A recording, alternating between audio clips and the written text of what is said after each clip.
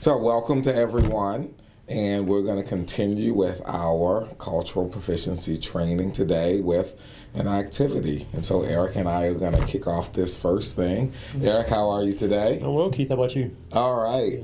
And so, we've just reviewed cultural proficiency, our work over this past year with some reflections. And so now I think it's important for us to really talk about the why of cultural proficiency, just to bring everybody back around and center to our work. I agree. And like you said, one of the ways we're going to do that today is through this activity.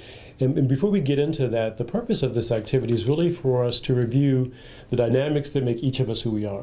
There's several things that each of us walk into every situation with, those things that are seen, unseen, and those things that people make assumptions about just by looking at an individual. And so the activity we're going to do today is called a culture toss. Now we'll let you know that our equity reps, individuals in our maintenance and operations department, and a few other individuals throughout the system have already engaged in this activity. So we thought it would be a nice opportunity for you all to do the same, because what it's going to allow us to do is to, again, have that continued deep reflection, have conversation with those that we're working with today, and then to be able to make application of this activity to other aspects of the work we do with those that we serve. Yeah, Eric, I think you reiterated a very important point, in that this work is highly reflective, it's deeply reflective, and we're all on different comfort levels with our cultural proficiency journey. But the Culture Toss activity that we're going to get into is the story that you want to share. We'll have some discussions relative to some of the things you put down there, but you're not compelled, per se, to put anything that you don't want to put down there. It's your story. Okay? Exactly. So we're going to engage in an activity, as Keith mentioned. It's going to give us a better opportunity to do some self-reflection, but it's also going to allow us to have conversations with those that we're working with today. In this, we always ask that you reflect back on the norms that were shared at the beginning of this session today, because there's going to be conversations. People are going to be sharing things that may be new to them as far as being able to share that in a work setting, and things that are going to help me as the listener to gain a better understanding of those that I work with. So again, we have to listen with positive intent. So let's talk about some of these boxes. Okay. So for example, with race, ethnicity, whatever terms of race or ethnicity you identify with, you can include that in that box. It could be Black, could be African American, could be white, could be European American, could be Italian. But Eric, we would prefer that you not put human race or put American. If we could be a little bit more specific, that would be great. And so that's race and ethnicity. And then you see across the top also, you see religion, spirituality. Could be a denomination, but it does not have to be. So however you connect spiritually is what you may put in there. And now we know that some of our viewers may say, well, I don't connect spiritually. And so they may say that they are atheist or agnostic. But whatever terms you want to put in there to describe that section for you, certainly by all means do that. That next box is language. And when we think about language, it could be the languages that you speak. So whatever languages you speak, put it in there. But it goes further than that. It could be a dialect. Right. Yeah, and so some people may describe their language as Southern English because they're from a certain region. If some folks come from a different community group, they may describe it in that way. So whatever you want to put down there as language is very important. Yeah. Eric, how about life value? So with life value, this can be an actual material object or it could be a characteristic. So for example, someone may put a family, friends, they may put faith, they could also put honesty, integrity. So again, what do you value in life? The key with all 6 of these is that there is no right or wrong answer because it's about you. This is what you're filling in. The next one down there is vocation. And this is a calling. So various individuals have different callings. So for me, when I've done this before, I'll put educator or teacher. That's my calling. I feel like I'm compelled to do that. And then the last thing down there is possession. And this is also going to vary from person to person. Mm-hmm. There are some individuals that may put their pet.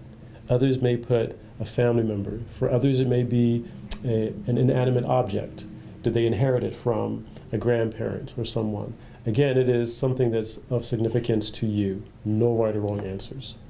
So we really wanted to just spend some time explaining these different pieces. Be as specific as possible, because that's going to assist as we move further in this activity. So with all of that said, we're now going to give you about 2 or 3 minutes to individually reflect, to fill this out. And then we're going to come back together and tell you what you're going to do next.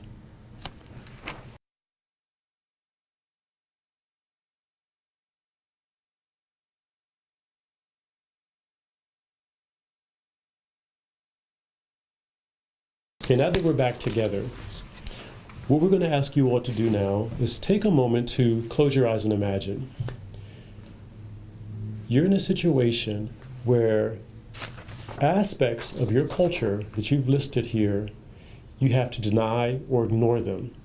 Because if others know about them, they may negatively interact with you, or they may harm you. You have to eliminate, hide, or deny 2 of these 6 things. Cross them off. Which 2 are they? Take a moment to do that.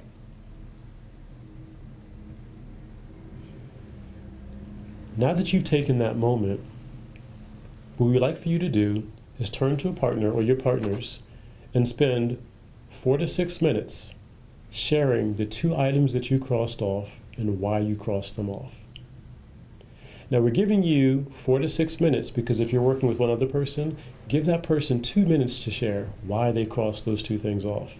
If you're working with, if there's a group of 3, give each person 2 minutes to do that. And during that 2 minutes, just listen. If there's time at the end, then share with one another, ask follow-up questions to gain a deeper understanding. What we'll say is, we know that this is a difficult thing to do, but we want you to put yourself in the position of this. And again, we're going to make application a little bit. So again, you're in a situation where you have to deny, ignore 2 of those aspects of who you are. We're going to give you a moment to do that now.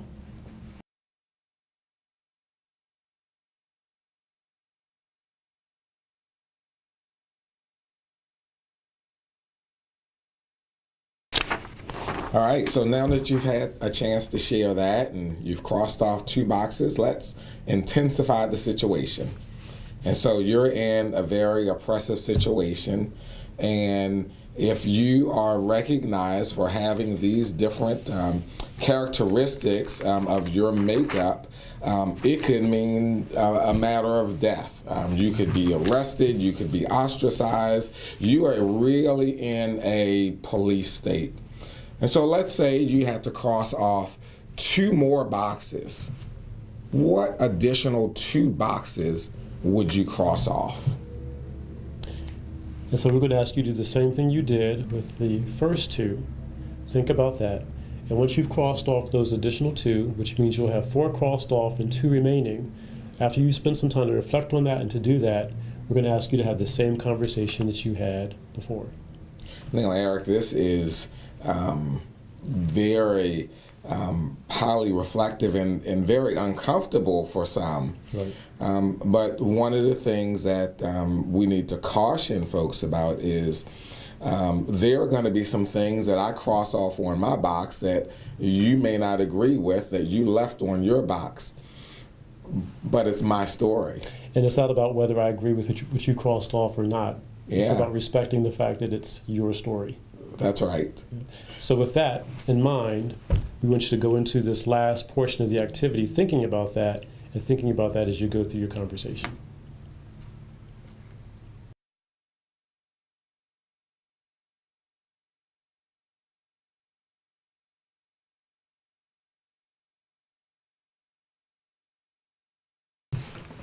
All right, so now that you've done that, what we're going to do is have some open dialogue within our group about what you learned about yourself from this particular activity. And once you've had that discussion, the facilitator of your group is then going to begin making personal application of this to our school system and the work that we do serving others. We want you to keep in mind that we set up this particular activity as if we were in a police state intense, could lose our life by some of the characteristics. Now, there's historical context for those types of things happening. In FCPS, we're not in a situation where our life is at risk.